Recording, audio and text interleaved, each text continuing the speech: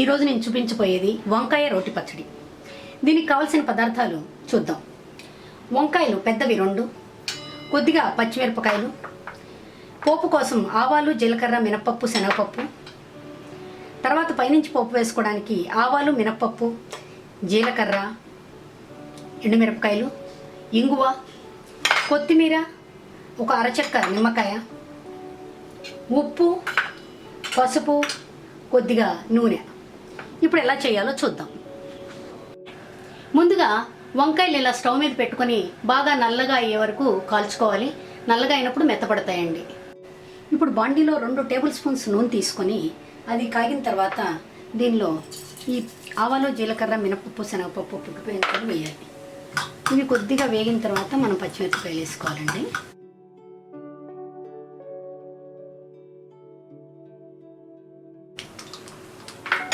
ఇవి వేగాయండి. ఇప్పుడు పచ్చిమిరపకాయలు వేసుకుందాం. పచ్చిమిరపకాయలు కూడా బాగా వేగాయండి. మనం ఇవి ఒక కప్పులోకి తీసుకుందాం. ఇప్పుడు ఈ వంకాయలు చల్లారాయండి. వీటిని ఈ తొక్కంతా ఒలిచేసుకోవాలండి.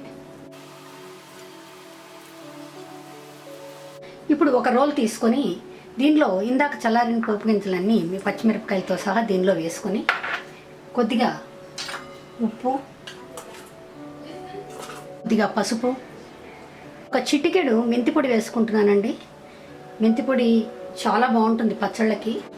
దీన్ని ఇప్పుడు మెత్తగా నూరుకోవాలండి. మీకు ఒకవేళ రోల్ లేకపోతే మిక్సీలో కూడా చేసుకోవచ్చండి.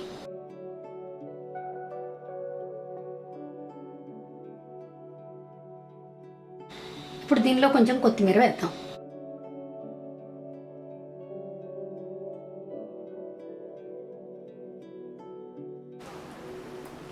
కొత్తిమీర కూడా మెత్తగా నలిగిపోయిందండి. ఇప్పుడు దీనిలో ఇందాక ఒలిచి పెట్టుకున్న వంకాయల్ని వేద్దాం. ఇందాక తీసి పెట్టుకున్న అరచెక్క నిమ్మకాయ కూడా దీనిలో పిండుదామండి. ఇప్పుడు దీన్ని ఒకసారి అంతా కలుపుకొని ఇప్పుడు గరిటెతో వంకాయ అలా కలుపుకున్న తర్వాత దీన్ని కొంచెం కచ్చపచ్చగా కొద్దిగా మరీ మెత్తగా కాకుండా దంచుకోవాలండి. మిక్సీలో చేసుకునేటప్పుడు కూడా చాలా జాగ్రత్తగా మరీ మెత్తగా అవ్వకుండా చేసుకోవాలండి. లేకపోతే వంకాయ ఎంత పేస్ట్గా బాగుంటుంది తినడానికి అన్నంలోకి. ఇలా ట్రై చేయండి, బాగుంటుంది. ఇలా పచ్చడి చేసుకున్న తర్వాత పైన కొంచెం ఇంగువ పోపు పెట్టుకుందామండి. పోపు పెట్టుకోకపోయినా చాలా రుచిగా ఉంటుంది, పెట్టుకుంటే ఇంకా బాగుంటుంది. కొంచెం నూనె, 1 టేబుల్ స్పూన్ నూనె తీసుకొని దీనిలో ఆవాలు, మినపప్పు, జీలకర్ర, ఎండుమిరపకాయలు వేసుకొని దానిలో కొంచెం ఇంగువ ఎర్రగా వేగాలండి. వేగిందండి. దీన్ని వంకాయ పచ్చడిలో వేసుకుందాం. ఇదండి వంకాయ రోటి పచ్చడి.